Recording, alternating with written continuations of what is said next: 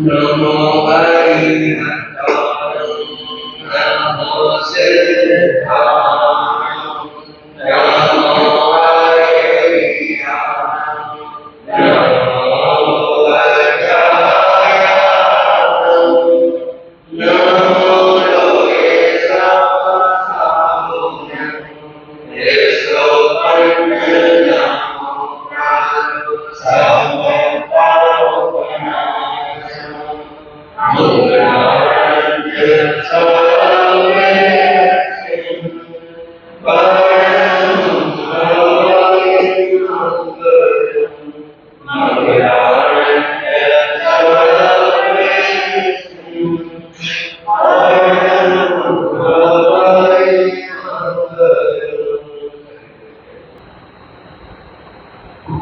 बोलिए श्रवण भगवान महावीर स्वामी की। जिंदगी एक सफर है सुहाना, इसे तुम बुरा न बनाना हो। जिंदगी एक सफर है सुहाना, इसे तुमने बुरा न बनाना। चाहो तुम यदि इसे चमकाना, तो पड़ेगा कुछ करके दिखाना। चाहो तुम यदि इसे चमकाना, तो पड़ेगा कुछ करके दिखाना हो। जिंदगी एक सफर है सुहाना, इसे तुमने बुरा न। कीर्ति वही जो तेरे बाद रहेगी, दुनिया को कहानी तेरी याद रहेगी। कीर्ति वही जो तेरे बाद रहेगी, दुनिया को कहानी तेरी याद रहेगी। नीली चुनरी को दाग ना लगाना, इसे तुमने बुरा न बनाना हो। नीली चुनरी को दाग ना लगाना, इसे तुमने बुरा न बनाना हो। जिंदगी एक सफर है सुहाना, इसे तुमने बुरा न बनाना। चले गए बाकी सब चले जाएंगे, चले गए बाकी सब चमके वही जो कुछ कर जाएंगे। चमके वही जो कुछ कर जाएंगे।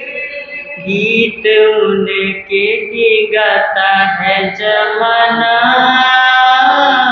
इसे तुमने बुरा न बनाना।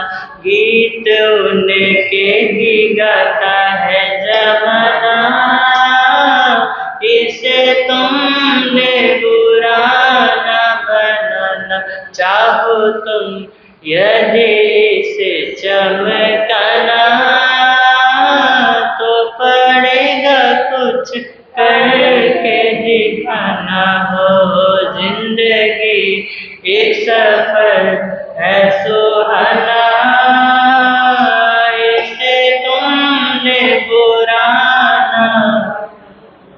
डूबते हुओं के जो सहारे बनोगे, डूबते हुओं के जो सहारे बनोगे। ऊंचे आसमान के सितारे बनोगे, ऊंचे आसमान के सितारे। कहता है इतिहास पुराना, इसे तुमने बुरा न बनाना, कहता है इतिहास ये पुराना। इसे तुमने बुरा न बनाना, हो जिंदगी एक सफर है सुहाना। इसे तुम बुरा न बनाना, रखना कदम जरा संभाल के, रखना कदम जरा संभाल के।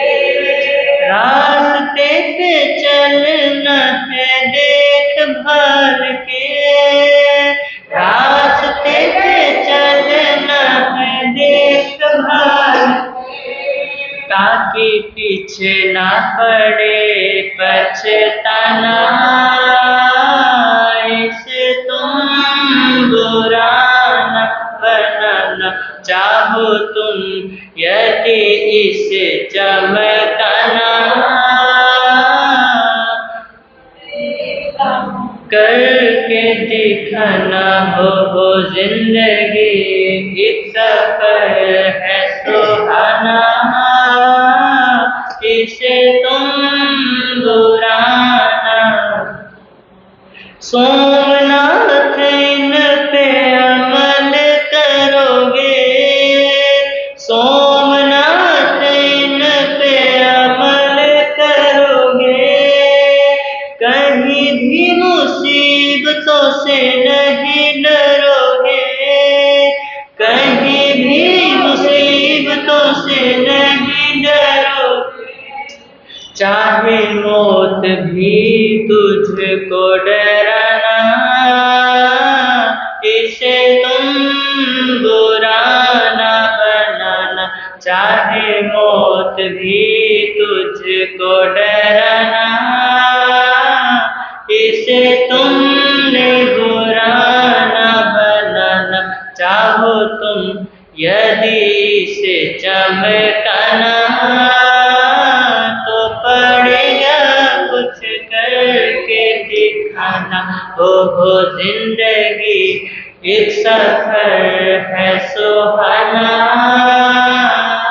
इसे तुमने बुरा न बनाना, चाहो तुम यदि इसे चमकाना, तो पड़ेगा कुछ करके दिखाना। हो जिंदगी एक सफर है सुहाना। इसे तुम बुरा न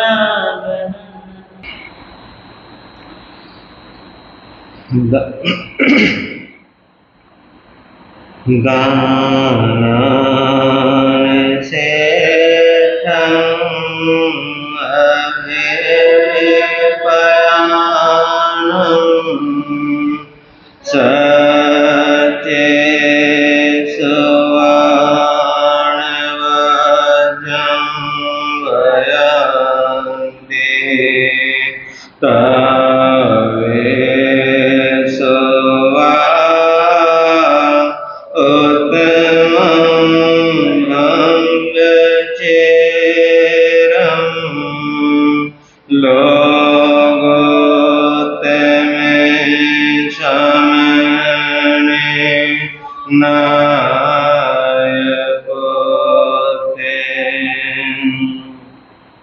गुरु श्री राम मुनि जी को मेरा हो प्रणाम, जिनका जग में ऊंचा नाम, जिनका जग में ऊंचा नाम।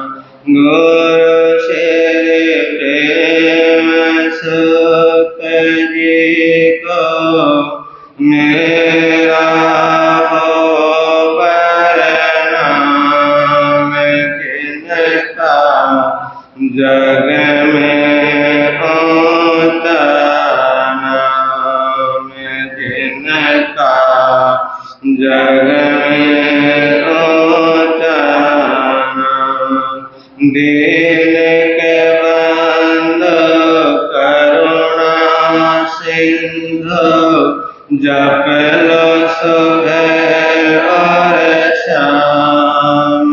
जिनका जग में ऊंचा नाम, जिनका जग में ऊंचा नाम। सबसे पहले शासनपति श्रवण भगवान महावीर स्वामी की सदाकाल जय हो विजय हो।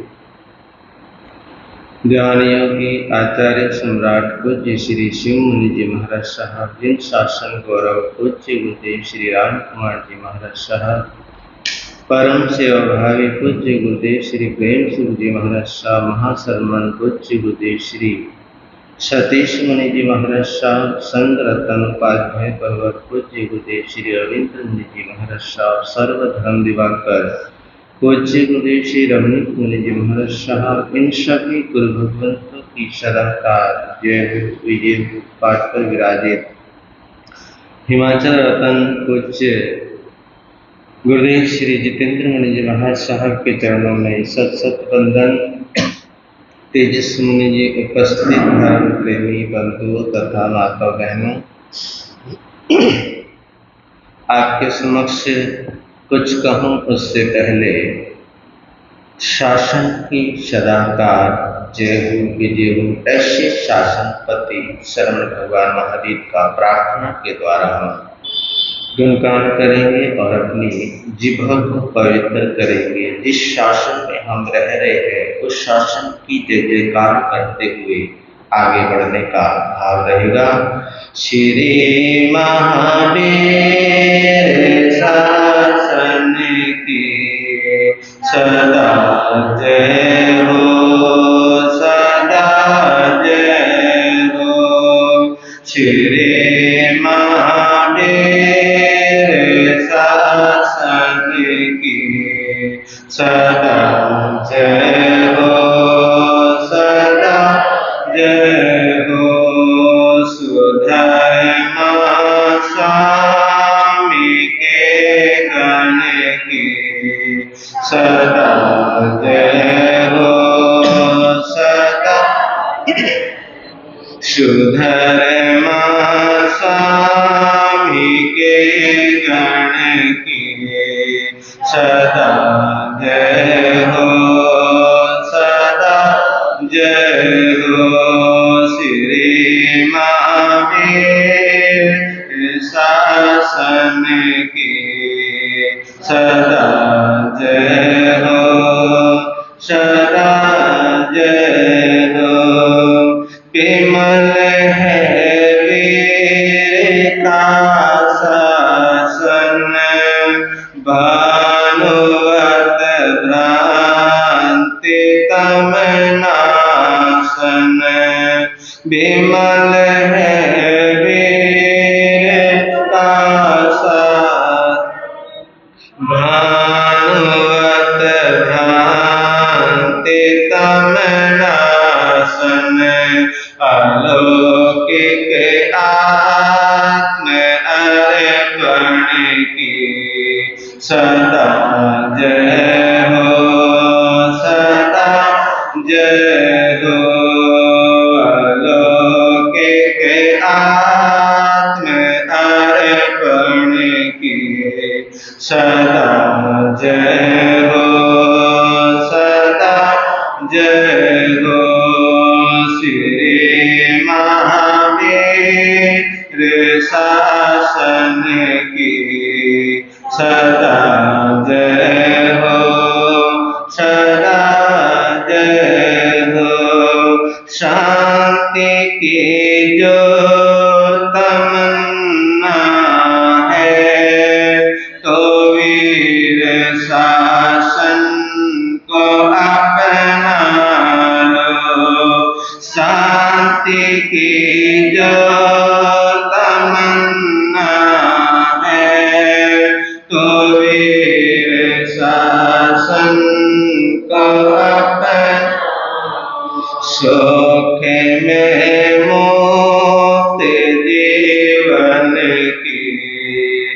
सदा जय हो, सदा जय हो। सुख में मुक्त जीवन की सदा जय हो, सदा जय हो। श्री महावीर शासन की सदा जय हो, सदा जय हो। वीर शासन के रखवारे आज गुरु राज है साधु। वीर शासन के रखवारे आज गुरु राज है साधु। मुनि चंदन के शुभ मन की सदा जय हो, सदा। मुनि चंदन के शुभ मन की सदा जय हो, सदा जय हो। श्री महावीर शासन की सदा जय हो, सदा जय हो। सुधर स्वामी के गण की सदा जय हो, सदा जय हो। सुधर स्वामी के गण की सदा जय हो, सदा जय हो। बोलिए शासनपति शरवण भगवान महावीर स्वामी की। बहुत अच्छा, आप सभी ने बड़े प्यार और श्रद्धा के साथ शासनपति शरवण भगवान महावीर जो अरिहंत हो गए, जो सिद्ध हो गए, जो बुद्ध हो गए, जो मोक्ष में चले गए, ऐसे अरिहंत परमात्मा का आप सभी ने और ऐसे अरिहंत परमात्मा के शासन का गुणगान करके अपनी जिह्वा से अपनी जिह्वा को आप सभी ने पवित्र किया। इसके अतिरिक्त आपके समक्ष कुछ चर्चा चल रही है। एक दिन पहले किन्हीं सूत्रों के ऊपर चर्चा की है। यूं तो अनुशासन मैत्री क्या है, अनुशासन क्या है, अनुशासन से हमारा जीवन कैसा होता है, कैसा बनता है। जब जीवन अनुशासित होता है तो जीवन एक अच्छा और सुंदर प्रभावशाली होता है। तो मैंने चर्चा की थी कि आपके घर का वैभव क्या है, आपके घर की सच्ची प्रतिष्ठा क्या है। तो पहले सूत्र के ऊपर हमने चर्चा की थी कि आतिथ्य ही घर का क्या है, आतिथ्य ही घर का वैभव है। ये पहला सूत्र महापुरुषों ने दिया कि आतिथ्य का मतलब अतिथि, मेहमान। आतिथ्य ही घर का सच्चा वैभव है। तो दूसरा सूत्र महापुरुषों ने दिया है कि प्रेम ही घर की सच्ची प्रतिष्ठा है। प्रेम ही घर की सच्ची क्या है, सच्ची प्रतिष्ठा है।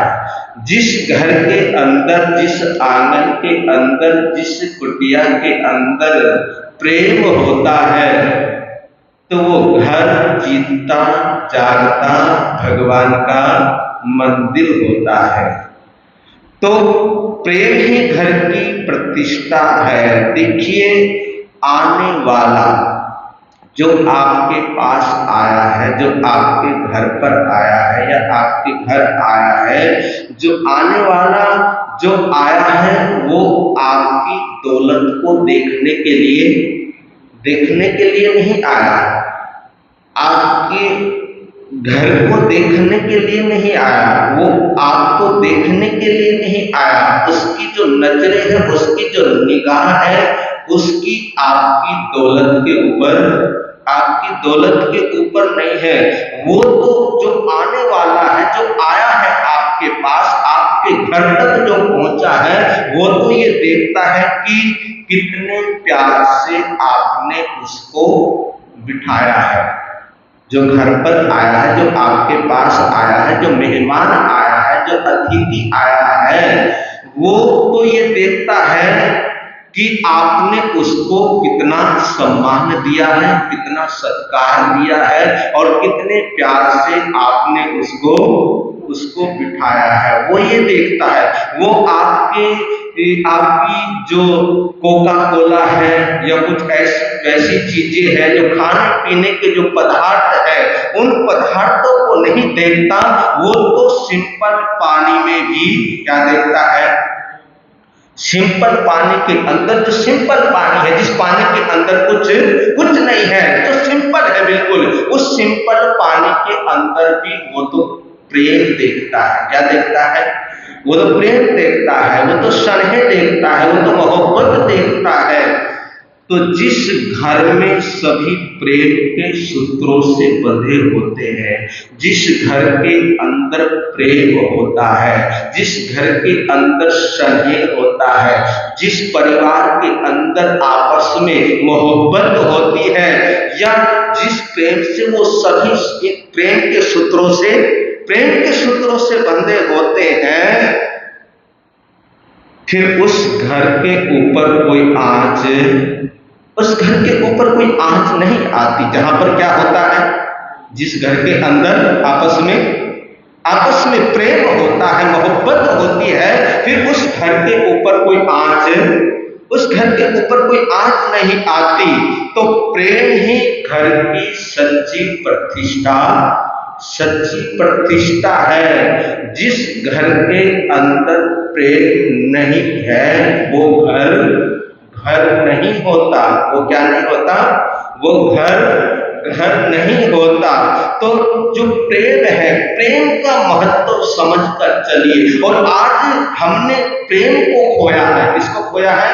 आज हमने अपने प्रेम को खोया है, सच्ची मोहब्बत को खोया है। आज आपस में प्रेम नहीं है, प्रेम खत्म हो चुका है। पहले का जमाना था कि आपने भी, पहले का जो मेरे बुजुर्ग यहाँ पर बैठे हुए हैं, उन्होंने भी पहले का जमाना देखा होगा कि आज से 25-30 साल पहले एक ही परिवार के अंदर, एक ही घर में 20-25 सदस्य हुआ करते थे। और वो सदस्य एक ही छत के नीचे हुआ करते थे। आपस में इतना प्रेम हुआ करता था, इतना स्नेह हुआ करता था, इतनी मोहब्बत हुआ करती थी। और देखिए, कमाल की बात है, एक व्यक्ति कमाता था तो सारे खाते थे। और आज सारे कमाते हैं, फिर भी दुखी है। फिर भी क्या है? फिर भी दुखी है, फिर भी परेशान है। हाय महाराज, मर गए,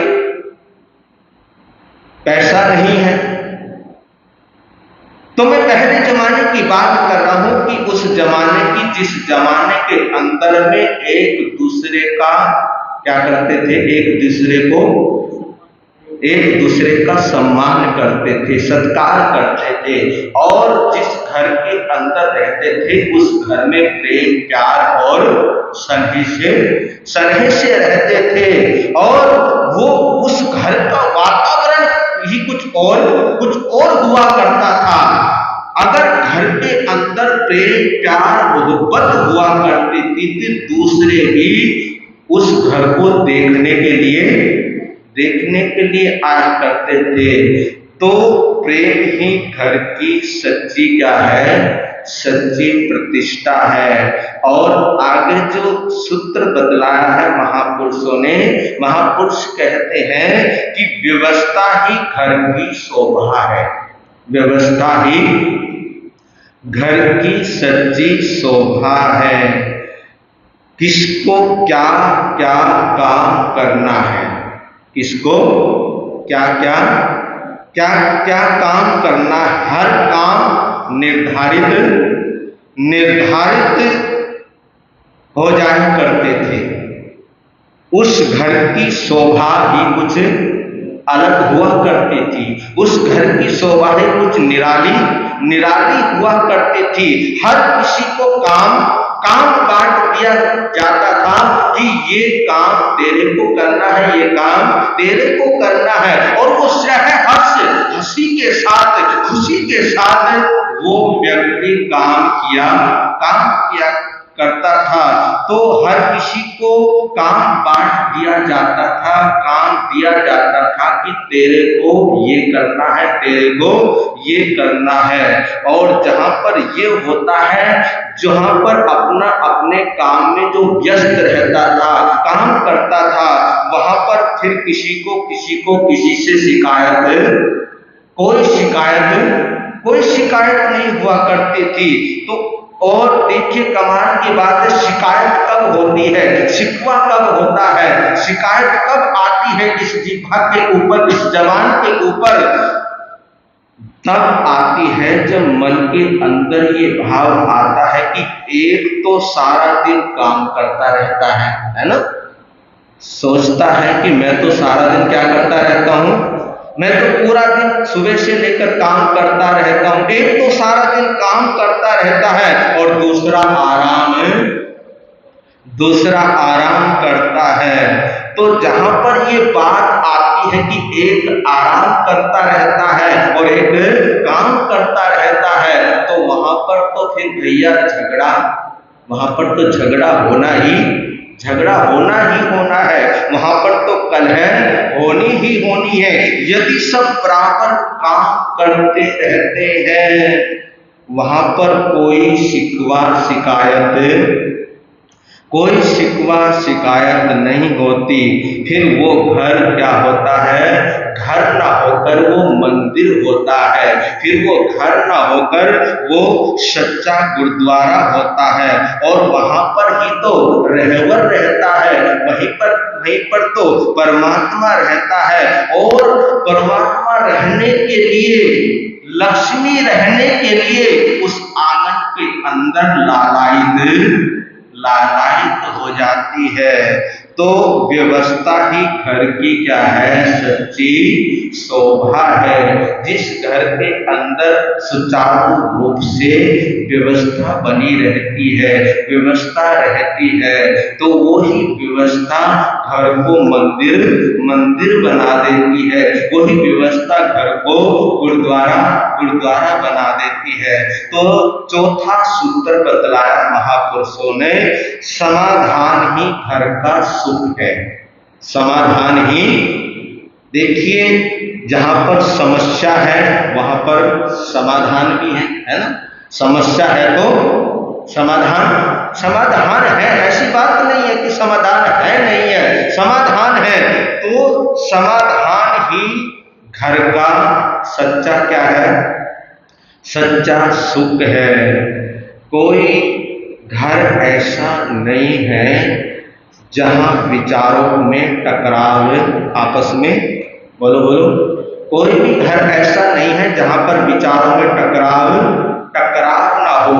कोई किसी के कोई कैसे विचार है, किसी के कैसे विचार है, किसी के कैसे विचार है। सबके अपने अपने क्या है, अपने अपने विचार है, सबकी अपनी अपनी विचारधाराएं है, सभी अपनी अपनी बातें रखता है, सभी अपने विचार रखता है। तो कोई भी ऐसा घर नहीं है जहां पर आपस में विचारों में क्या ना हो, टकराव नहीं होता। परंतु समस्या का समाधान वहां पर कर लेना चाहिए। यदि घर की शांति के लिए हमारे को कुछ बलिदान भी करना पड़ जाए, है ना, घर की समस्या जिससे सुलझती हो, घर की समस्या जिससे खत्म होती हो, उस शांति के लिए अगर अपने को बलिदान भी देना पड़ जाए तो क्या करना चाहिए? दे देना चाहिए, क्योंकि हमारा धर्म झुकने में विश्वास रखता है। किसमें रखता है? और झुकने से कोई छोटा बड़ा नहीं हो जाता है। अरे वो तो उसकी महानता है, जो झुकता है, जो नमता है, वो तो उसकी क्या है? उसकी महानता है। तो अगर घर की शांति के लिए, सुख शांति के लिए, अगर संगठन के लिए कि हमारा घर एक जगह व्यवस्थित रूप से बना रहे, अगर उसके लिए हमारे को कोई बलिदान भी देना पड़ जाए और अथवा अपने स्वार्थ को छोड़ना भी पड़ जाए तो कोई बात नहीं, किसी के झुकने से समस्या का समाधान हो जाता है। तो इसमें उसका कुछ नहीं बिगड़ता है, इसमें उसका कुछ नहीं जाता है। तो आगे 5वां सूत्र महापुरुषों ने दिया है और कहा कि अगर अपने घर को व्यवस्थित रखते हो तो झुकना सीखिए। क्या सीखिए? झुकना सीखिए। जितना हम अकड़ेंगे, है ना, जितना हम अकड़ेंगे उतना ही हमारा घर क्या हो सकता है? हमारा घर अव्यवस्थित हो सकता है, हमारा घर उजड़ सकता है। तो जितनी हमारे अंदर नम्रता आएगी, जितना हम झुकेंगे, उतना ही हम अपने घर को क्या कर सकते हैं? अपने घर को सुरक्षित कर सकते हैं। तो 5वां सूत्र महापुरुषों ने दिया है, सदाचार ही घर की सुगंध और सुवास है। सदाचार ही घर की सुगंध और सुवास है। सदाचार कितना प्यारा सूत्र है। सदाचार, इसका अर्थ है सदा जमा आचार। सदा जमा आचार, सदाचार, बढ़िया व्यवहार, या यूं कहूं अच्छा व्यवहार। सदाचार का मतलब बढ़िया व्यवहार, अच्छा व्यवहार, सच्चाई सरलता से जुड़ा हुआ आचार, जिसके मन से भी छल कपट नहीं है, जिसके जीवन के अंदर, जिसके मन के अंदर कोई छल कपट भी नहीं है, वही सच्चा सदाचारी हुआ करता है। सदाचार ही जीवन का सच्चा लक्ष्य होता है। और जो जिसने सदाचार को समझ लिया, जिसने सदाचार को अपना लिया, फिर वो झूठी तृष्णा जंजाल में कभी फंसता नहीं है, या भटकता नहीं है, या फंसता नहीं है।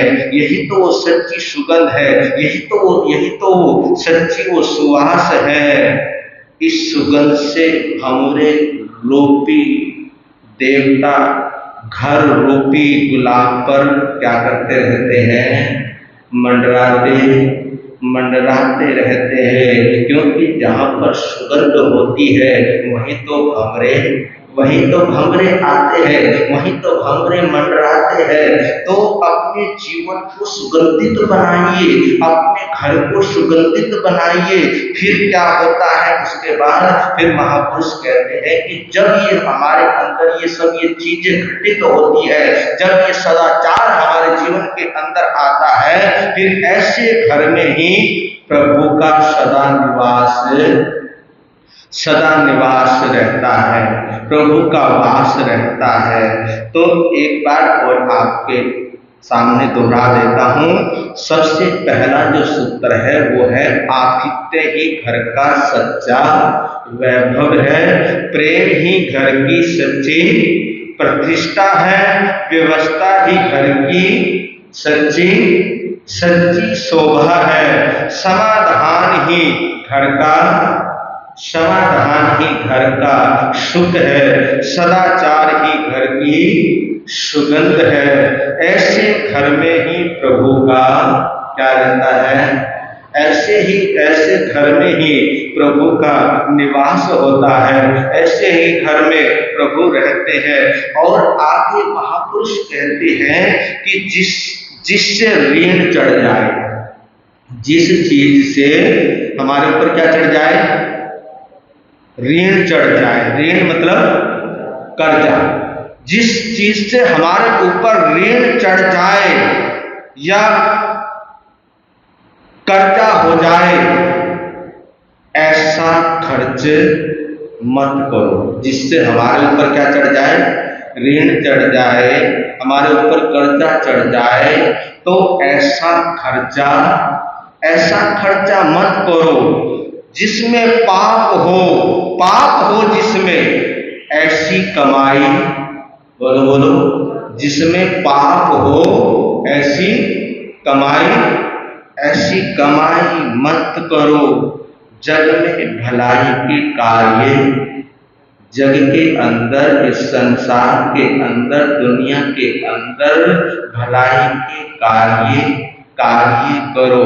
अपने सुख के लिए किसी को बर्बाद मत करो।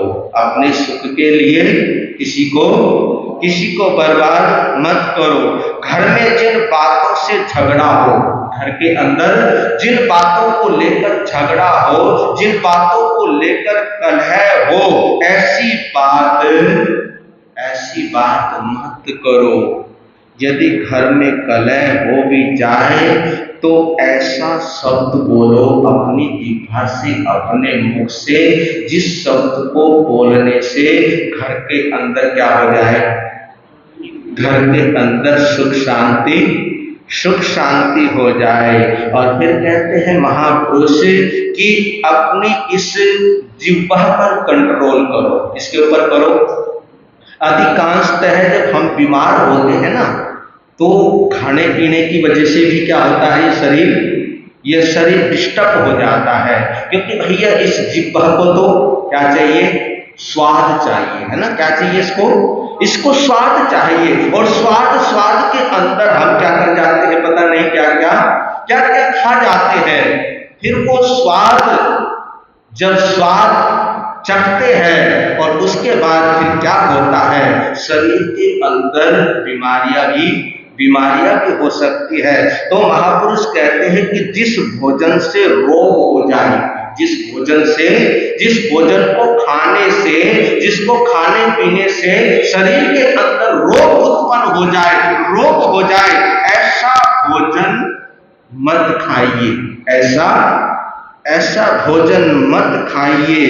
ये बात हम अपने दिल में अगर बिठा लें, ये बात अगर हम अपने दिल में अगर जचा लें, तो यही तो सच्ची क्या है, यही तो गृहस्थ की क्या है, यही गृहस्थ की गीता है। और इस गीता के ऊपर अगर हमने थोड़ा सा चिंतन मनन कर लिया, इन सूत्रों के ऊपर अगर हमने थोड़ा सा चिंतन मनन कर लिया, तो हमारे जीवन के अंदर की सुगंध आ सकती है। ऐसी बात नहीं, हमारा जीवन की सुगंधित हो सकता है। और जब हमारा स्वयं का जीवन सुगंधित होता है, तो दूसरे का भी जीवन, जब संसर्ग होता है, जब संपर्क होता है, तो उस संपर्क से दूसरे का जीवन भी क्या हो जाता है, सुगंधित हो जाता है।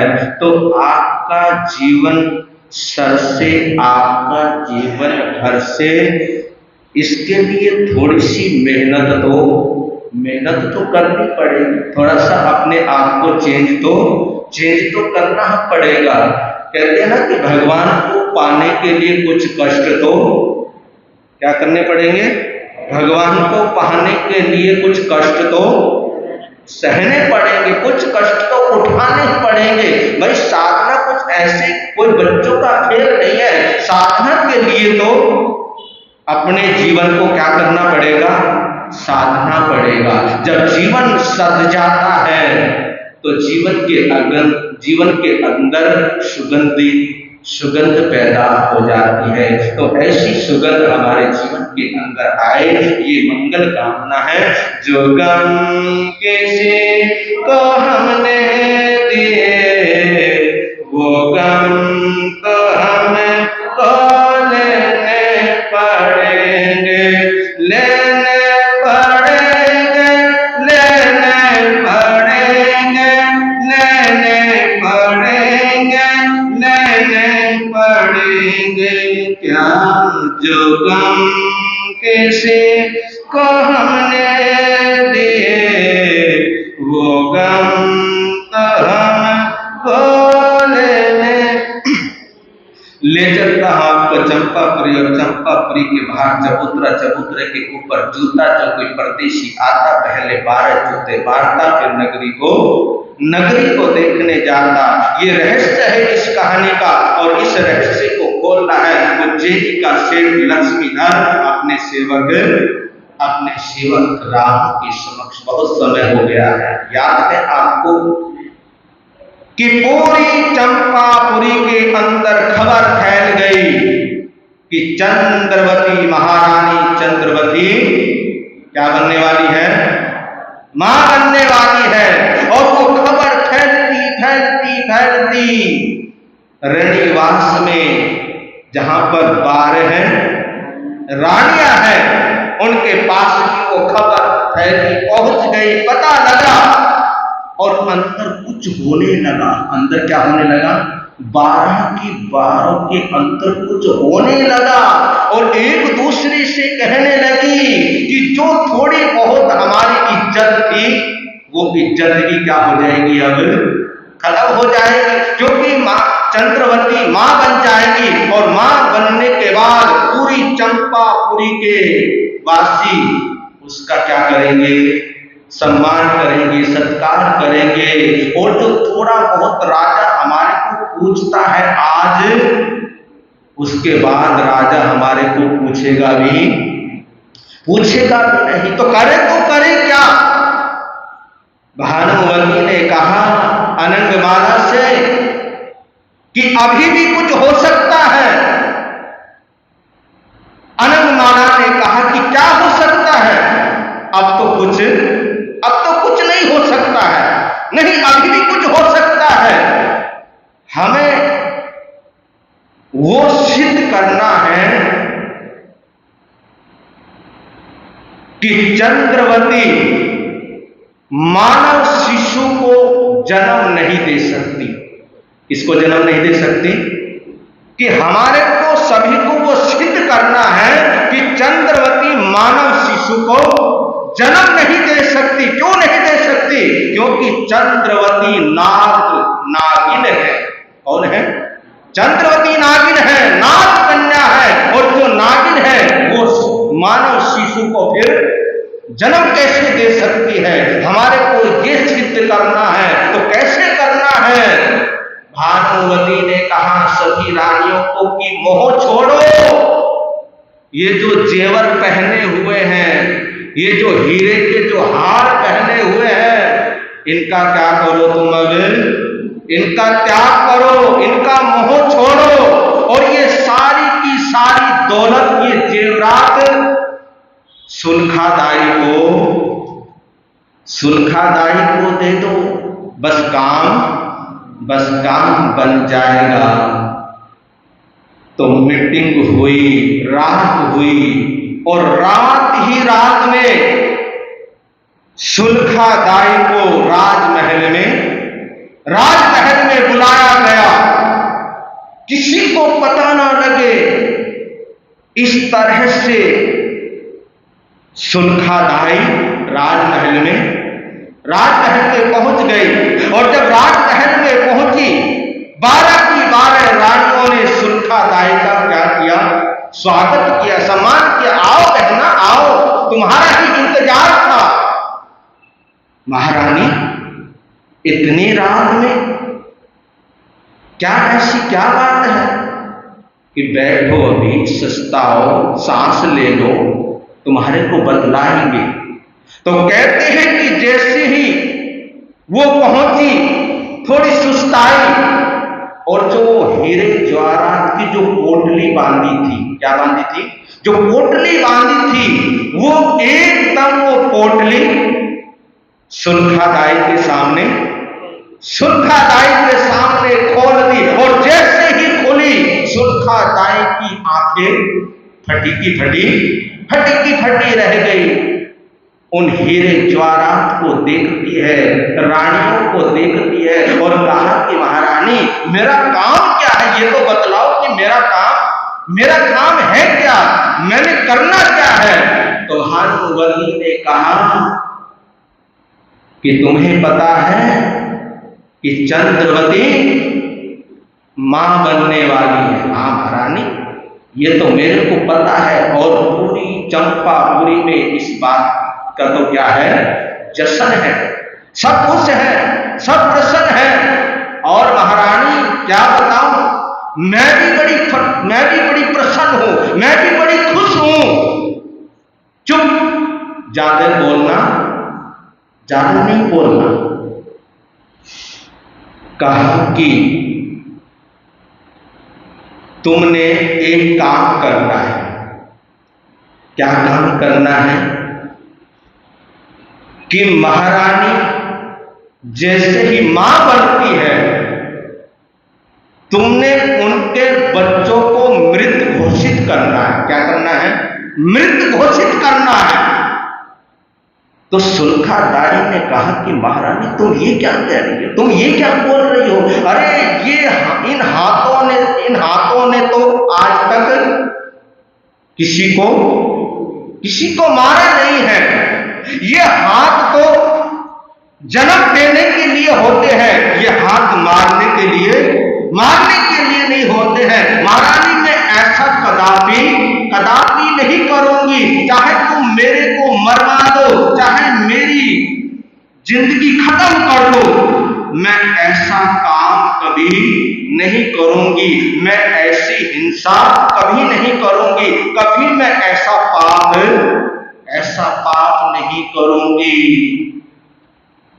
जब सुलखादाई ने कहा कि नहीं महारानी मैं ऐसा कदापि नहीं करूंगी, तो चुप हो गई सब की सब रानियां।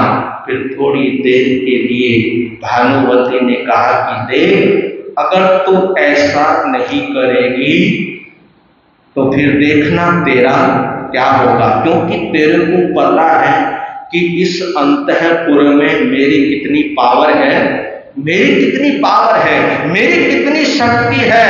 और देख, चंद्रवती के बच्चों को मैं मरवाऊंगी, लेकिन हत्यारनी तू कहलवाएगी। और जब राजा को पता लगेगा कि सुलखादाई ने बच्चों की हत्या की है, तो राजा फिर तेरा क्या करेगा सोच। एकदम से सुलखादाई घबरा गई, पसीने हो गई और कहने लगी कि महारानी मैंने तुम्हारा ऐसा क्या बिगाड़ा है जो आप मेरे साथ ऐसा सलूक कर रहे हैं। कोई बात नहीं। फिर वो पोटली फिर खिसकाई। जैसे ही वो पोटली खिसकाई तो थोड़ा सा मन क्या हो गया, डामाडोल होने लगा। और फिर कहा कि ठीक है, अगर तुम बच्चों को मारना नहीं चाहती, मैं कब कहती हूं कि तू बच्चों को क्या कर, बच्चों को तू मार। अरे जैसे ही बच्चों का जन्म होता है, कहीं दूर उनको फेंक कर आ जाना, और कोई मांस का लोथड़ा वहां पर रख देना, बस कहानी खत्म। बस इतना ही करना है, और तेरे को कुछ ज्यादा नहीं करना है। और सुन, तेरे को मैं दो विकल्प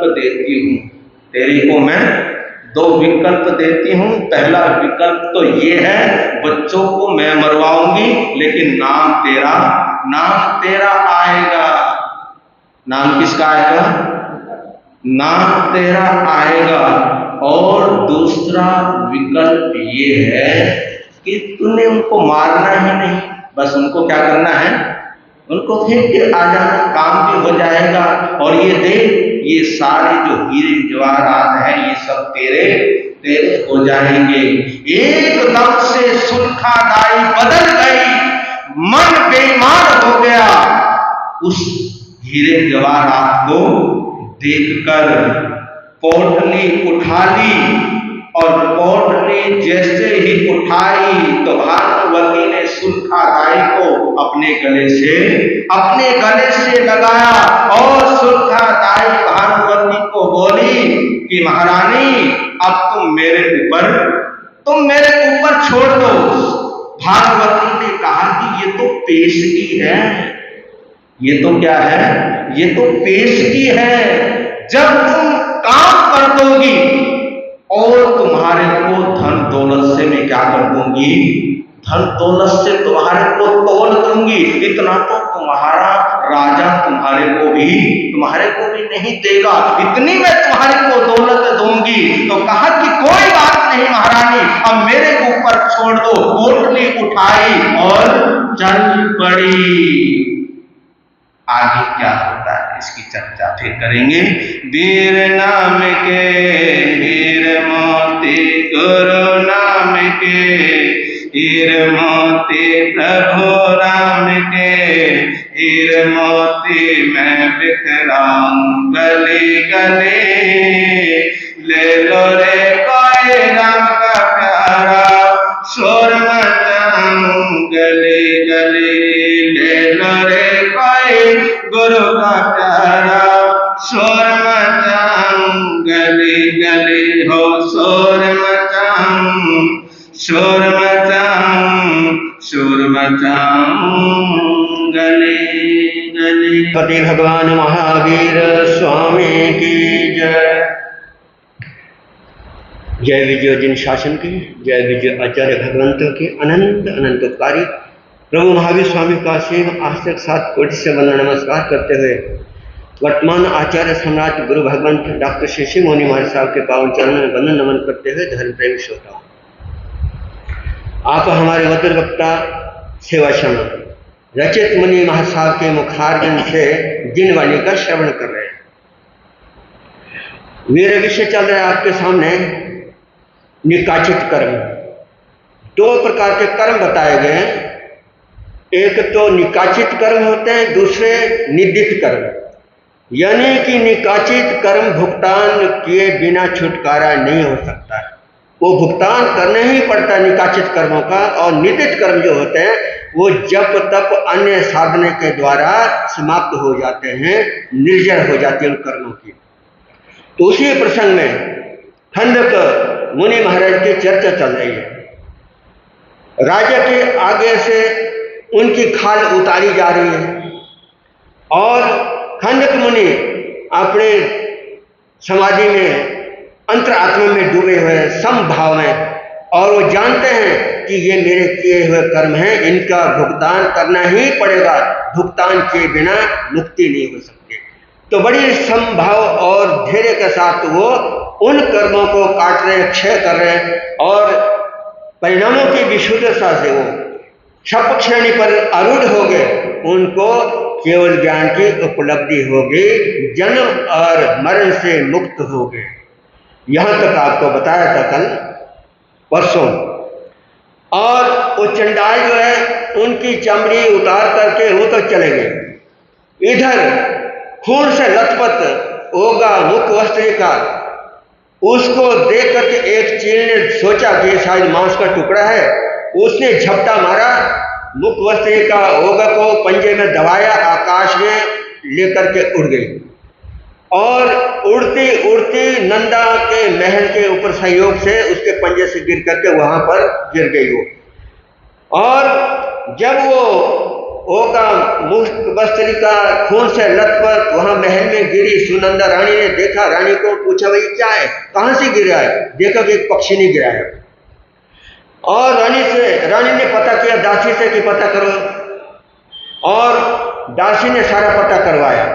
पता चला कि ये राजा के आगे से किसी मुनि की हत्या हो गई। राजा ने आदेश दिया था और जिसके कारण मुनि की हत्या हो गई है। इस प्रकार से सारा प्रसंग बताया रानी को, और रानी अच्छी तरह से उसका पता करवाती है। फिर पता चलता है कि ये जो मुनि महाराज थे ये और कोई नहीं बल्कि मेरे ही भाई थे। और वो विलाप करती है, रोती है, और इधर राजा को जब इस बात की जानकारी मिलती है, उसको पता चलता है कि मैंने एक निर्दोष मुनि की हत्या कर ली है अनजाने में। उसका पश्चाताप होता है, और मेरे जैसा पापी कौन है संसार में। मैंने निर्दोष और एक शांत दंत संत मुनिराज की हत्या कर दी है, बहुत बड़ा जघन्य अपराध मैंने किया है। वो भी पश्चाताप कर रहे हैं। और रानी कहती है, महाराज इस कर्म को करने से पहले आपको कम से कम सोचना चाहिए था, विचारना चाहिए था, पूछना चाहिए था, क्योंकि आपने जो संदेह किया है और उसमें कोई पाप जैसी कोई बात नहीं थी। वो मेरा भाई था, और मैं ये देख रही थी मेरा भाई भी इस समय इसी तरह से धूप में दोपहरी में गवेषणा कर रहे, हार पानी के लिए जा रहे होंगे। मुझे अपने भाई की याद आ रही थी, इसलिए मेरी कोई पाप की दृष्टि नहीं थी। क्योंकि राजा को शंका हो गई थी, संदेह हो गया था उसके चरित्र पर कि इसका प्रेमी होगा, और इसी शंका के परिणाम स्वरूप उनकी चमड़ी उधेड़ी गई। तो इस प्रकार से जब ये सारी बातें सुनी, राजा समझ गया मेरे से बहुत बड़ा अपराध हो गया, गलती हो गई है। और एक बार कांचीपुरम में उसी राज्य में एक बड़े ज्ञानी महापुरुष पधारे, और उनके पदार्पण सुन करके राजा और रानी उनके चरणों में जाते हैं, वंदना नमस्कार करते हैं। और फिर राजा पूछता है, महाराज मेरे से जो ऐसा अपराध हुआ है ये किस कारण से हुआ है? ये मेरी कुशंका थी या कोई अन्य कारण था? ऐसा अपराध मेरे से जो हुआ इसका क्या कारण है? तो ज्ञानी महापुरुष ने बताया कि राजन 1000 साल पहले इस स्कंदक मुनि कहते हैं इसने एक ककड़ी को छीला था, कचनेर के फल को छीला था, और इस कला से छीला था। इस तरह से कलाकारी दिखाई थी कि जैसे लगता ही नहीं था कि साबुत या छिला हुआ है। अपनी कला दिखाना चाहते थे कि दूसरे को पता न लगे कि ये कैसा है, साबुत है या छिला हुआ है। और उस कला को देख करके बड़ा प्रसन्न हो गया, खुश हो गया। उसके कारण उसने निकाचित कर्मों का बंद किया है। और वो जो ककड़ी का बीज था, वो जो जीव था, वो तुम हो राजन, और वो छीलने वाला वो एक खंदक मुनि बना। इस प्रकार से उस समय उसने खुशी मानी है, प्रसन्नता व्यक्त की है, और निकाचित कर्मों का बंद किया है। तुमने उसकी खाल उतार करके उस कर्मों का बदला चुकाया है। इस प्रकार से जब राजा ने सुन करके पूरे प्रसंग को सुनकर उसको विरक्ति हो गई, और रानी को भी बड़ा दुख हुआ। पहले ही वो विरक्त हो चुकी थी। स्थिति को देख करके राजा और रानी ने विरक्त होकर के शयन को ग्रहण किया। इस प्रकार के शयन ग्रहण करने के बाद अपनी जप तप साधना की आराधना कर रहे हैं और अपनी आत्मा का कल्याण करते हैं। और इधर जो है राजा कनककेतु रानी, जब उनको गुप्तचरों से ये पता चलता है कि राजकुमार की, मुनि महाराज की चमड़ी उतार दी गई है, और उस समय जिस समय चमड़ी उतारी जा रही थी, राजकुमार खंदक बिल्कुल शांत थे, धैर्य के साथ उन्होंने उन कष्टों को सहन किया है, और इस प्रकार से बड़ी समता के साथ उन्होंने जीवन को उत्सर्ग कर दिया, त्याग दिया है, शरीर को छोड़ दिया, और उनकी आत्मा जन्म मरण से मुक्त हो गई है। उन्होंने उन कष्टों को समता भाव से सहन किया है। ये सुन करके माता पिता को भी बड़ा दुख हुआ, अफसोस हुआ, और उनको भी विरक्ति आ गई है। इस प्रकार से फिर उसके बाद उन्होंने भी विरक्त होकर के जो है साइम मार्ग को ग्रहण किया, और उन्होंने भी साधना की, आराधना की, और वो भी जन्म मरण से मुक्त हो गए हैं। तो ये किसका परिणाम है? कर्मों का परिणाम है। और तो कहते हैं कि कर्म मनुष्य के जीवन का वह फल है कि जिस फल को भविष्य में जरूर भोगना पड़ता है, उस फल को जो है भोगना ही पड़ता है, भोगे बिना उसका भुगतान नहीं हो सकता है। और क्योंकि कर्म हमारे द्वारा किया हुआ जो होता है वो हमारे द्वारा की हुई पूंजी है, जमा की हुई पूंजी होती है। जो कर्म होता है हमारे द्वारा जमा की हुई पूंजी होती है और उस कर्म को भोगने के लिए बाध्य होना पड़ता है। इसलिए जब भी कर्म करो तो कहते हैं उसको पूजा समझ करके करो और विवेक से करो। इसलिए भगवान ने कहा कि विवेक से उठो, विवेक से चलो, विवेक से बोलो, विवेक से खाओ, विवेक से खड़े हो। यदि आपका दिया विवेक का जलता रहेगा तो आप कर्मों से बच जाओगे, तो कर्म का बंध नहीं होगा। और विवेक का दिया जहां पर बुझ जाता है वहां पर कर्मों का बंध की संभावना रहती है। इसलिए हमारे जीवन में विवेक का दिया जलता रहना चाहिए। विवेक से उठे, विवेक से चले, विवेक से खाएं, विवेक से बोलें, तो उससे कर्मों का बंध नहीं होता। यदि कर्म बंध भी लेता है तो भी भारी कर्म नहीं बनते हैं, हल्के कर्म बनते हैं और वो कर्म समय पर जो है निर्जित हो जाते हैं। तो कहते हैं जब कर्म करो तो होश पूर्वक करो, लेकिन हम बेहोशी में कर जाते हैं। मोह मूढ़ होकर के कई बार हमारे को विवेक नहीं रहता है।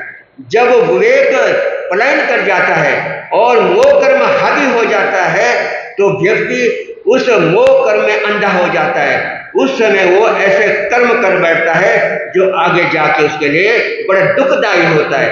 जब वो कर्म का भुगतान करता है तो फिर रोता है, चिल्लाता है, मैं ऐसा कौन सा कर्म किया था, कब किया था, इस जन्म में तो मैंने कोई ऐसा कर्म किया नहीं था। तो इसलिए इन कर्मों से हमेशा डरते रहना चाहिए। तो ज्ञानमणि महाराज जी तो यही भजन गाते थे, डरते रहना जे कर्म गते है न्यारे, डरते रहना जी कर्म गते है न्यारे, वश ना चलता जी हार गए अवतारे, वश ना चलता जी हार गए अवतारे। तो इस प्रकार से कर्म की कहानी है। तो हम जब भी कर्म करें तो हम जो है होश पूर्वक करें, विवेक से करें और उसके परिणाम पर चिंतन करें कि इसका क्या परिणाम होगा। और यदि हमारे जीवन में विवेक का दिया जला रहेगा तो उन कर्मों से हम बचेंगे और उनका भुगतान नहीं करना पड़ेगा। यदि कर्म करते हैं विवेक से करते हैं और तो उन कर्मों के भुगतान करते समय हमारे को कोई दुख नहीं होगा, कोई कष्ट नहीं होगा। बल्कि जब हम कर्म करते हैं तो कहते हैं पूजा समझ करके कर्म करो, इससे यहाँ भी सुखी होते हैं और आगे भी सुखी होते हैं। आगे जैसे प्रसंग होगा फिर चर्चा करें। फिर गला भी कभी कभी इसमें जवाब दे जाता है तो बोलते समय जो धारा टूट जाती है। आज इतने, आगे जैसे प्रसंग होगा।